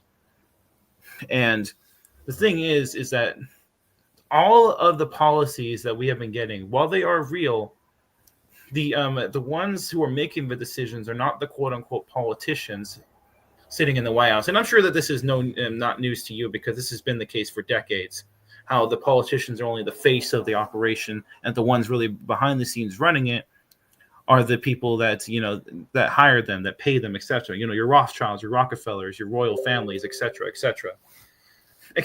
So we can look at it. Let me put it in a simple way. You can look at the White Hats as a new deep state. They replaced one deep state with another one, except that this deep state is fighting for our benefit in order to save humanity and reverse all the damage that has been done to us over the decades, and I would say even centuries. And Donald Trump just so happens to be the figurehead that is representing them in the public sphere, the tip of the spear, so to speak. So, in regards to how should I put this? What's going on now with this bird flu and all that stuff, and we even have COVID rearing its name back into the news. I'm sure you've probably noticed that, right? Yeah. Well, let's be real here. If the White Hats have been in control of the media for the last few years now, after the Insurrection Act has been put in place, why would they randomly start reenacting this crap? Well, logically speaking, it comes down to testing the public. How much have they woken up? How much are they have they realized that this whole thing is a scam, and that they need to not take jabs, and to also another thing. Also, it's not just about testing people's nerves and testing their knowledge and their common sense, but also because it brings COVID itself back into the news. Because let's be honest here, people's attention spans and memories are about the length of a goldfish. They can't remember what happened 30 minutes ago, let alone 5 years ago. And so majority of people have stopped caring about COVID. And this is another way to bring it back into the news. This is why you also had talks about Fauci and Bill Gates coming back into play. You know, it's like when you're watching a movie, which is what this is. But when you're watching a regular Hollywood movie and you're heading to the climax, all the characters, all the story arcs are coming back into the screen. They're all being converged together in an epic finale. Well, that's exactly what's going on right now. I can't give a timetable, of course, but the thing is that all of this is coming to a head. And when you have the Diddy trials right now going, bringing even Obama back into the news, and he's another one of those people I think has been replaced, because you don't let a criminal like that just go off. But anyway, so that's really what it comes to, that this is an operation not necessarily just to defeat the New World Order, but also to make people understand how they were fooled in the first place. Because if you just lock up you just lock them up, you execute the big actors, you fix the banking system, etc. That, you know, that's all good and well. Obviously, that's what we want to see. But if people don't learn their lesson and don't learn from all this, then it's all going to be pointless, because we'll just reverse back to where we were another 10 or 20 years from now. And so that's really what this is all about. And that's also why this operation has been taking so long as well. Because, you know, you have to make sure that the public is ready. And they'll know when the public is ready, because the NSA controls all the information, right? They know, their AI are all over social media. They know what people are thinking. So they're ready. So they decide when, they'll know when it's time. What kind of a world do you see in painting here, Alex? Is it utopian or dystopian? Good question. It depends which side of the fence you're on. That's what I mean, Taylor. What you're describing a lot of control. I know you say you balance that with, well, sometimes you've got to get tough to get rid of the rots and stuff like that. That's right. It's where it stops. That, you know, I had a conversation with somebody in the family where I was talking about Bill Gates and his equation of world depopulation. And they said that, well, there's too many people in the world. I went, well, who decides who shouldn't be here then? And they were like thinking about who they could nominate, who could decide that. And I'm thinking the fact that we're thinking that, there's something wrong there. You know, so I'm worried. I'm very worried about your information's always good to get to have, mate. But I'm very worried about what they're bringing in. I mean, Hitler started like that. Yeah, and Hitler was a good guy and did everything well, and that's why they had to take him out. See, now this is where you become controversial, and you wonder why you've no YouTube channels left. Hey, now I don't talk about. I never talked about Hitler or World War II on my channel. I keep that for here. But so I feel like that now we should move on to the next story, which is this one is bringing back I mentioned talking about before, another Weekend at Bernie's actor, Mr. Stephen Hawking. And this goes into this guy, this actor, as I like to call him, is really the representation of the entire false science community in general. Like when people say, okay, if you don't like Fauci, if you don't like any of these people, then who do you consider to be a real scientist? Well, I consider real scientists to be people who actually, use the real scientific method of observation and experimentation, not just create fancy math equations, which in and of itself is quite impressive if you're really good at math and all this good stuff. But if that's all you have, it really doesn't mean much of anything. So let's go ahead and just start with this. Saint Stephen Hawking. Hold on, is my thing? Hold on. Oh, is my thing being shown? Right, sure, yeah. Okay, because I still have it shown. Okay. Oh, darn it. Okay, there we go. Saint Stephen Hawking, and the all-knowing and infallible corpse reminiscent of the propped-up stiff from Weekend at Bernie's, as I was saying, finally, quote-unquote, died in March of 2018. Whether it was his deep state handlers or the Q operation which killed off this fake machine-speaking character is unclear. For a few years after his death, the deep state remnant continued to prop up his still lucrative memory. But now the industry, which was Stephen Hawking Inc., and it really is an industry because they've sold, they sold made so many billions of dollars off of this fraud, but seems to be out of business completely as revelations of his connections to Epstein Island loom. How that crippled thing purported to have been Stephen Hawking was ever able to engage in any quote-unquote inappropriate activities on Pervert Island is anyone's guess. Maybe hand jobs from little boys, perhaps? Hawking was a Cambridge University theoretical physicist and best-selling book manufacturer. 122 freaking different books. That's a lot. And how many? Again, they made so many billions off of this guy, whose brilliant mind, it is said, quote, roamed the cosmos from a wheelchair, pondering the nature of gravity and the origin of the universe, end quote. His handler sure did get paid big time for ghostwriting and lecturing for this physical dummy who, in spite of his alleged mathematical prowess, was also a mental dummy, a savant. The editorial board of the Anti-New York Times has always believed that the real Stephen Hawking died at least 45 years ago, and I agree, and was replaced by a dummy version who supposedly spoke through a computer. As a graduate student in 1963, interesting year, he was diagnosed with, I can't even pronounce that, I'm not going to lie, amyotrophic, but I don't even know, ALS, a rapidly degenerative neuromuscular disease often referred to as Lou Gehrig's disease, after the famous baseball player. Hawking was only given a few years to live. Yet more than half a century and many millions of dollars in book royalties later, Hawking Inc. was still pumping out profitable product in the form of paid lecture, circus, and book deals. And look at this crap. Look at this Weekend at Bernie's dude being welcomed by so many prominent politicians, media figures, etc. Queens, presidents, popes, and others have all paid homage to an almost vegetable idiot savant who had neither discovered nor invented anything. So you know what I mean, Alex? Somebody's laughing at somebody here, aren't they? Yeah, well, it's the whole question, isn't it, about what we think is real and what is real. Exactly. You know, and it shows how easily people can be mugged off and just not think, because when you trust, you'll believe the thing that's put in front of you. I think that's the one thing we've learned. We can't trust, so now we question everything. And you don't know where the line is. But it's obviously very interesting to think that Hawking was potentially nothing but a sock puppet. Yeah, I mean, look at this.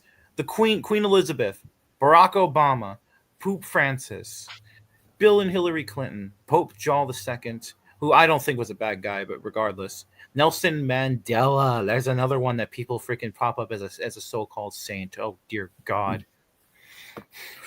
Putting aside the indications of a body double fraud, given the decades-long hype, one would think that this drooling demon must have invented something revolutionary, or at least made an astonishing discovery answering the riddles of the universe.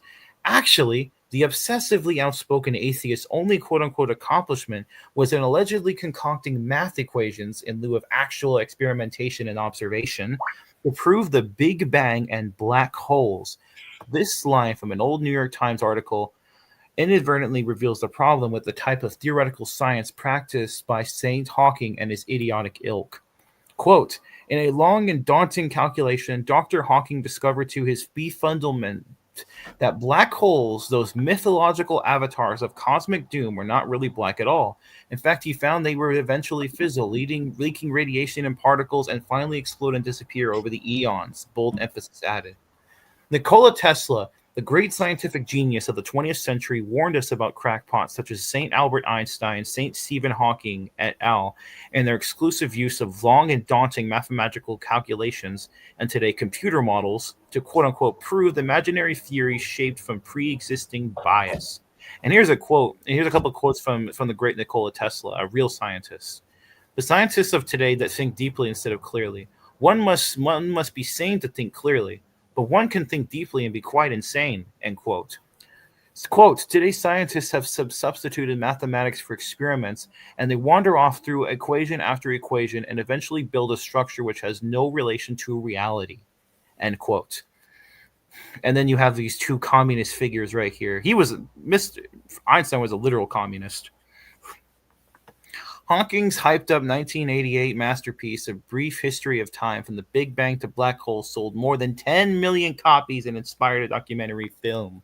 Cha-ching, cha-ching, cha-ching. It is interesting to note that there are quite a few secular cosmologists who refute Big Bangism and black holeism, yet their books, like those of climate change deniers, quote-unquote, don't get the puff-up treatment. Big Bang and black hole deniers, quote-unquote, no matter how impressive their credentials, are also denied access to the major science publications as well as the pop science media. Bill Nye, the science guy, is another one of those people, just like him, just like Mr. Hawking and freaking Einstein. Even more annoying than his fake science and his sarcastic God-mocking atheism, the most tiresome aspect of Hawking Inc.'s operation was his handlers' frequent words of wisdom, quote-unquote, on this or that issue of the day, empty slogans and platitudes which the fake news would dully seize upon and hype as the word of the Almighty himself.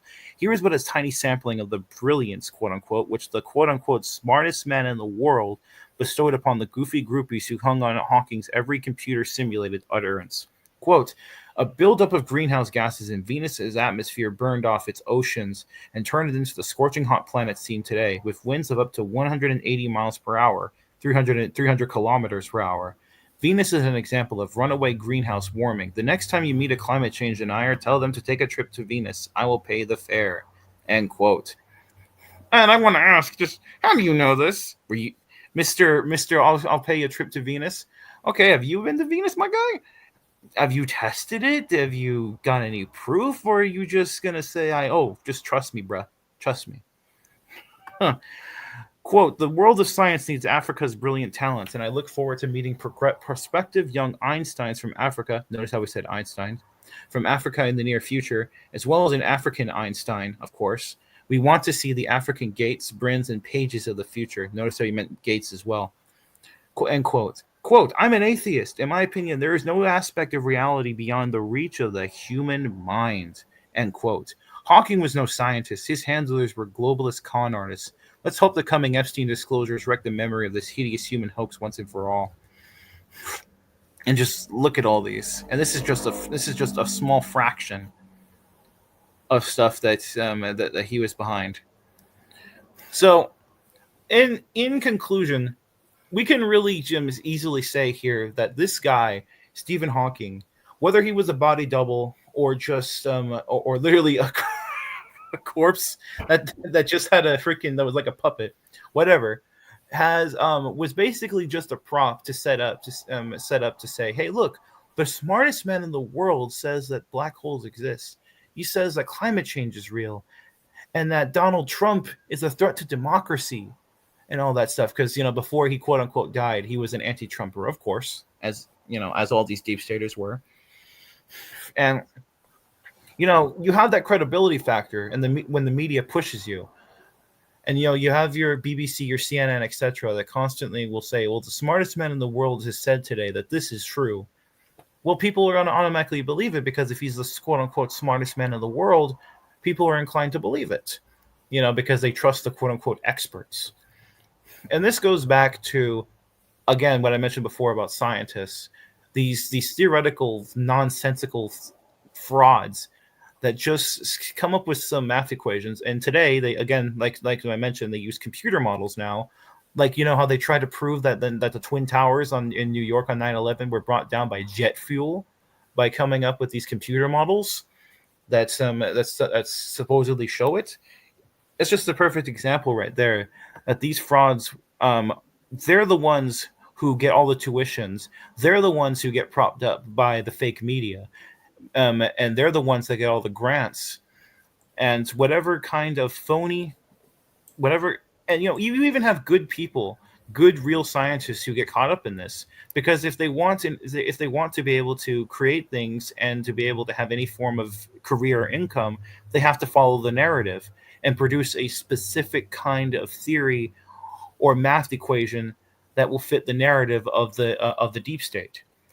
So this comes back to another thing that I've mentioned before, which is good people being caught up in the matrix and only being able to do what they can, and not necessarily being able to fight back. Let's take Robert Mueller, for example, who was FBI director on 9/11.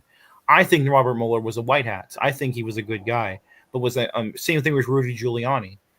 But they were just caught up in the matrix and could not do anything in order to fight back, because if you try openly fighting back against a deep state like that, you'll end up like James Forrestal or JFK. You'll end up in a hospital, suicided, or you'll get a gunshot to the head. So all those people have played a part in manoeuvring America into the position that they're in, though. I mean, we've got it over here as well, Taylor. There's same stuff's going on right over here, where Keir Starmer's physically engineering the end of this society with the policies that he's made, dragging us back into Europe, and doesn't care about anybody coming over illegal. The policy is complete opposite. Whereas Farage is the one who's coming in to stop that, but he thinks that digital ID is a great idea as well. So everybody's playing their part. You were saying then about how people have to go along with it. Nuremberg was full of it. That's what I'm saying. We're in a worldwide position where all of what's already happened to it could all happen again everywhere. It's a very well balanced scale at the minute. Anyway, we're coming up to the end of the show, Taylor. So wrap up what you've presented tonight and where you think this is now going to go. Obviously, you can't give us any times, but what do you see happening next? Because we've got chickens with their heads cut off down over here. Sounds that honestly sounds more like a what's it called? It sounds more like a I forget, I don't know what the word is. Basically, like an allegory, I think, to basically the public. They're basically running around with their heads cut off because they don't know what to do, kind of thing. But in summary, I would just say, as I mentioned before, trust the plan, as they say. But don't take that as an excuse to sit down and do nothing, because we're the digital warriors, as General Mike Flynn said many times. We're the digital warriors who have to keep up the fight and keep on fighting for what's right and trying our best in order to keep people sane during this quite on the surface quite insane time. But at the same time, don't look at this too negatively, and look at the facts and how much the world has changed. So the world has changed so much in the last 10 years or so. It's unbelievable, and I mean change for the better. And I will say, I think me and Alex might beg to differ on that one a little bit. Well, you just have to. Well, I mean, we don't have much time, so I'm not going to go into it. But I'll just say this: that if you just look at all the things that couldn't have been done before, that are being done now and are allowed to be public now, like say questioning. Let's give an example, talking about questioning Israel, and being able to say anything negatively about the shitty little state. You couldn't do that about 10 years ago or so, because you would have been called an anti-Semite. You would have been castrated from society and blah blah blah blah blah. As so many career politicians and media people have been done in the past. And that's just one example. But I will say, oh man, I'm looking forward to Nigel Farage coming in, because that's going to be a very, very interesting event. And it might not even necessarily be him. It could be somebody else. But it is likely that it will be him. I am very interested to see where that goes, because, oh boy. Careful what you wish for, mate. Well, thanks for coming on, Taylor, this week. I'll speak to you through the week, and I'll send you the link. God willing that we're up and running next Sunday. Yep, and I will say, I'm going to say one more quick thing, and that's that There is a video that was just released a couple of weeks ago that I just discovered called 50 Q Proofs. 50 Q Proofs that any naysayers, when does something, when does something stop being a coincidence? When does it stop being mathematically possible for it to be a coincidence when you have so many different patterns? You know what I mean? So Yeah. I'll go ahead and link that to you, and you can post that in the description. But also, can you send me Diddy, what the fuck? Denny's email so I can actually email him. Yeah, I'll tell you what, ping me an email so that I know to reply to it, mate. Okay. All right, pal. Yep. And thanks everyone. Keep keep your hopes up and keep the spirit alive, because we're heading into the great age, man. It's just a matter of waiting for the eventual justice phase, which we're heading into real soon, most likely. So God bless everybody. Q is the word. God bless, mate. See you next week. Yep. In summing up, Alex? We see through the filter of what we already believe. That's all of us, whether we're Christians or Trump supporters or Q believers or whatever it is, or science, trusters of the science. We look at everything that happens as to try and confirm what we already believe. And what we believe is something that was formulated by things that we experience. So it's not like it's groundless. We've seen enough patterns. Like we've not just totally invented it as a fantasy. There is something there. But once we get to a certain level, all new data we're looking for is the data that's going to prove the story. That's why I asked the countervailing question. So what do we make of Jill Biden and Joe's 4 kids when Jim Carrey turns up with his Joe mask on and Hunter goes, "You don't sound like me, Dad." And that kind of stuff. Then, alrighty then. It all sort of mushrooms out to other people who know them and friends, because they're very unlike us in some ways with the privilege, but they're really like us in other ways, protecting their own bloodlines. They've got their own friendships. They may be snorting coke, whereas somebody else might be having a little bit of weed. They're all playing the game, though. They're all playing the same game. They're all duping the public. And the public stand there and wave the flags for these people, Alex. That's how different people should be looking at this now. But people still are voting. People still think that'll change things. It's very difficult, that. Very difficult to... Taylor's asked if he'd answer the question. He started to answer it, but then didn't answer it. He moved on to some cognate issue. And the thing is, though, quite apart from what any proffered answer is, every person who knew Joe Biden in his former emanation, some guys who stayed friends with from being in his 30s and he went playing pool down at the pool hall, he'll still have had connections to all these people. And then all the other people who are closer to Joe will have had connections indirectly to Joe and to the people obviously who were closest to Joe. It's very, very difficult to totally sanitize, to cut out. Like we tell the stories, oh, well, yeah, we just replaced them. But to actually do that, the ripple effects, and the reason I'm saying this is because if our belief is a filter for how we interpret the facts, we need to look for the countervailing evidence. We need to ask the questions on the other side of the line. Well, what if this then? If that's true, well, what about all these implications? Otherwise, we're asking people simply to believe that what we're saying is true because we happen to be saying it, which is no different than mainstream media who've got the pulpit or the platform and just assert things about, that Ukraine's winning the war and it's on mainstream. So then Ukraine's winning the war. It doesn't really matter what the situation on the ground. So in order to not fall into the same trap, we've got to be able to provide strongly plausible accounts for how that type of thing that we're saying happened could actually happen in the real world we're living in. Because there's lots of loose ends with stuff like that. So we can't just pretend that they disappear just because I've got a nice interpretation of, Yeah, well, Joe got disappeared and replaced with somebody to take the Dems down. It's plausible, of course, but then you've got to look at the real world implications of such an operation, and they're not inconsiderable.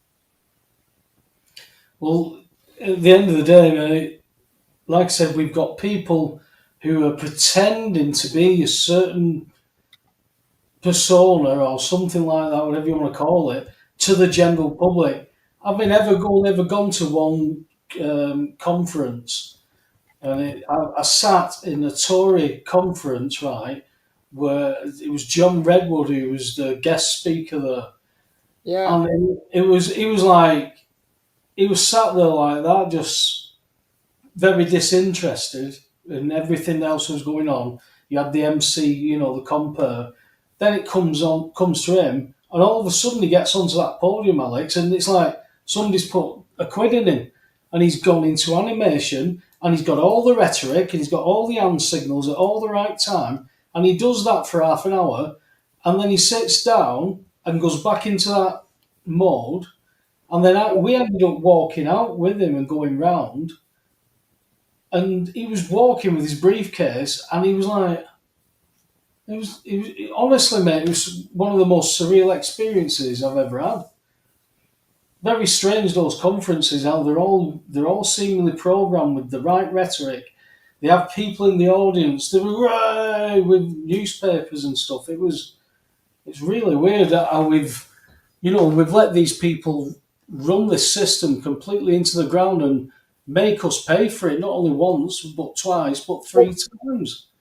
yeah. Well, Taylor just put a link in just in now. I think in response to what I've said. So if that is a documentary that people can follow on Rumble about how it was pulled off, that's the kind of thing that if people don't just want to accept something, because I'm sure Taylor doesn't just want people. I mean, maybe he does. I don't know, Taylor.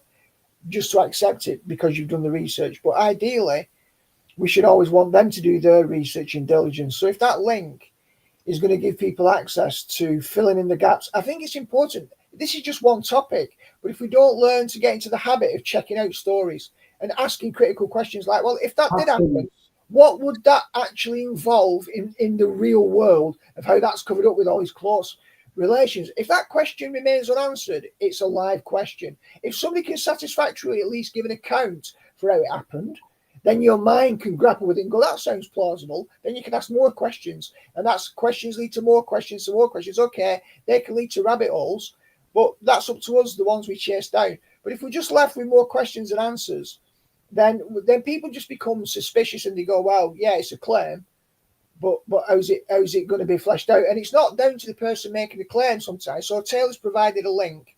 Now it's up to people, if they're curious about these types of questions, to follow the link and see if it adds up. People only look when their life gets impinged somewhere because people are kept far too busy. I get it, but it is very easy to dismiss things, especially because Taylor's got so much information. It's like a machine gun at times, whereas when he's slowed it down so much now, he's presenting it a lot clearer. So Yeah. he's not getting as frustrated. As soon as he starts arguing with chat room, you've lost him, mate. Anyway, thanks for coming on, Alex. It's been a good conversation as always. Yeah. We'll no doubt we'll have some more meat and potatoes next Sunday, God willing. Thanks for everybody in the chat room. It's been a good night. Yeah, cheers, conversation, guys. Some crazy stuff going on out there. So, let's forgive people and try and come together and do something. Right, God bless, guys.